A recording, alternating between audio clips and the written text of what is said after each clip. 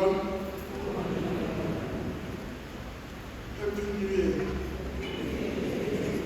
It's my first time seeing you this year, so happy New Year. I missed you, eh? I hope you missed me as well. Did you? Wait a minute. Today we are celebrating the feast of the... Which feast are we celebrating today?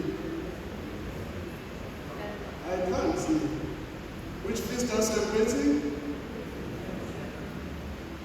Oh. Which feast are we celebrating? Huh? We are celebrating the feast of the Epiphany. This was it. We are celebrating the feast of the Epiphany. Liturgically, the feast is supposed to be celebrated on the 6th of January. And what is its significance in our church or in our liturgy? The feast of the Epiphany, it signifies on its mass the end of the Christmas season. As you all know that in the Catholic Church, the Christmas is not only the day of the 25th, but it is the season from the 25th or from the night before the 25th, which is the 24th on the evening. So that's when we begin the Christmas, and it ends today. So we've been celebrating Christmas all the way, yeah? It was not only on the 25th. So for those who are feasting day after day after day, it's okay. We're still celebrating Christmas, eh? But now we're done with Christmas, going to do my business. So as you will see, as from tomorrow, the Advent wreath will be removed, the staple or the major there will be removed, because the season is over. So from tomorrow, we are beginning the new season, the ordinary time. So this is what the Epiphany is all about liturgically. But another thing, what the Epiphany means, is that it is when God reveals himself to humanity. First, Jesus was born on Christmas. On the following Sunday, we celebrated the feast of the Holy Family because he was born within the family. On the 1st of January, we celebrated the feast of the Theotokos because of Mary, the person who gave birth to him. So today, we are celebrating the manifestation of God to the humanity.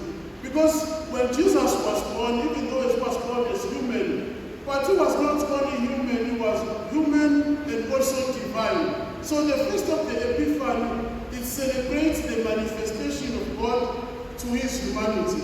That is why the three wise men, they came to worship him, because it was not just a random young boy or a random young infant, but it was God himself that was born. It was the king himself that was born. So that's what we celebrate when we celebrate the feast of the Epiphany. Are we clear about that? Yeah. Which feast are we celebrating? When is it supposed to be celebrated? What does it signify? Number one, it marks the end of the Christmas season. Christmas season. Secondly, the manifestation of to his humanity. Very good, you see? So this is going to be a good day for us. So let's come to the readings. I would like us to look at the gospel that we have just heard. There are three things that I would like us to reflect upon from the gospel of Matthew. I would like us to look at these young men, or these wise men, rather. We are not told how many were there, but the tradition tells us that there were three. Because of the gifts that they brought 3 gifts. So the tradition tells us that these wise men were 3. There's something that they said, we have seen the star. That's the first point that I would like us to reflect upon. These three wise men, wherever they were only told that they were from the east. Probably they were pagans, they were not believing in God of the Jews. But when they saw the star, they saw its significance and they start following it. They saw the star, that's what they say, we have seen his star. That's the first thing I would like us to look at. We have seen the star and we follow the star. We have seen the light of the star and we follow the star. It was the star that led us to where Jesus was. Who are we? We are the Christians. By the virtue of baptism, we become the light of the world. We're supposed to be the star to other people. We're supposed to bring other people closer to God as well. We're supposed to be shining wherever we are, so that when people see us, they'll say, we've seen the star, and yet we've come to worship the Lord. There should be people who say, we've come to become the Catholic Church because of so and so that we've seen, because of you that I've met in the workplace, because of you that I've worked in high school, because of you that I've met in university. That's how I became the Catholic, because I saw the star. I saw the star that was shining in you, and I came to believe in Christ. I saw the star, and it is the star that led me to where Christ is. We're supposed to be the stars wherever we are. We are supposed to be shining. We are supposed to bring people closer to God, not driving people away from God. Because we are Christians. Because of baptism, we are also made kings, priests, and the prophets. All those three people, they're supposed to preach the gospel. They're supposed to preach the word of the God, and they're supposed to bring people closer to God. We are the stars, and we're supposed to shine wherever we are, and we're supposed to lead people to Jesus. The second thing that they say, we have come to worship Him. What is it that we have come to do here? What is it that we have come to do at this Mass? As we begin this year, what is it that we come to do every Sunday? When we come to Mass every day, for those who are able to come every day, what is it that you come to do? If you are not coming to worship Christ, what is it that you come to do? Because there might be people who come to church because we want to see who is there. Is she still having the same hairstyle? What outfit does she? What is this that brought here? We have come to worship Christ. If it's not about worship, then we are not supposed to come here. If we are not coming to Christ, then why are we here?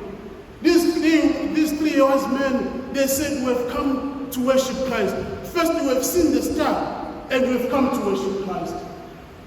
And there is another thing that is being said by the evangelist or the apostle Matthew. He says when Herod heard this, he was troubled. When he heard that these wise men have come to worship Christ, he was troubled.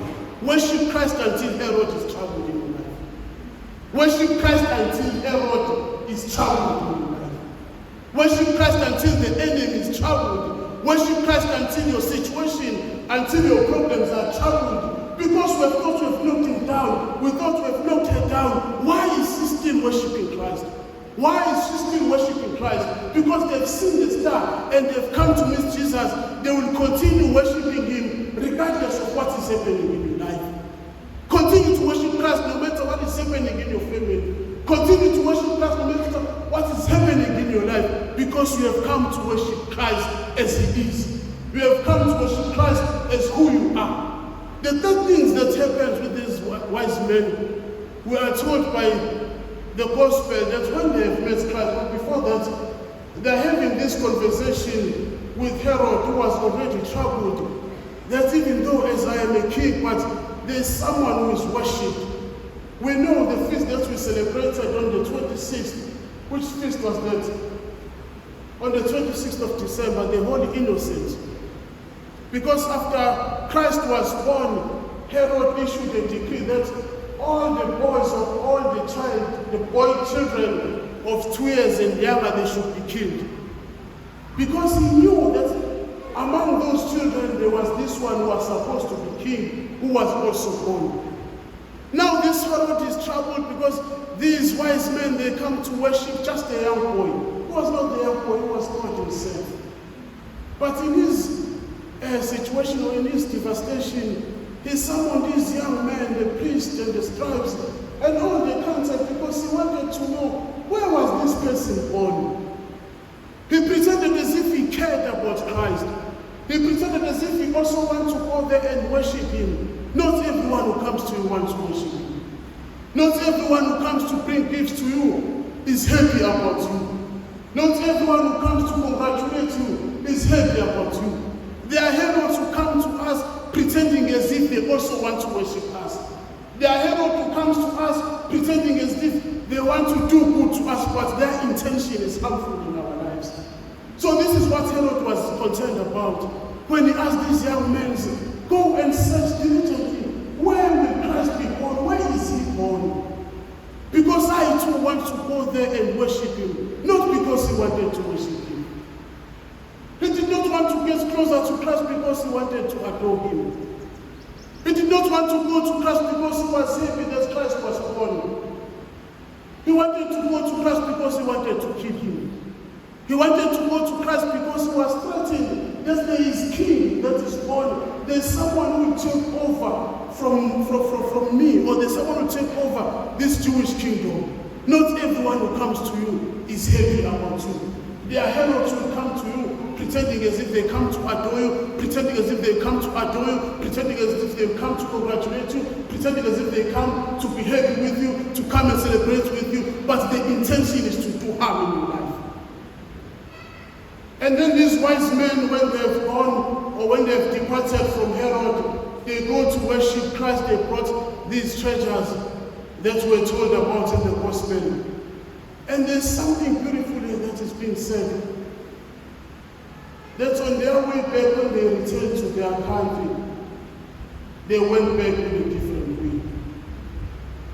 They changed the way that they came with.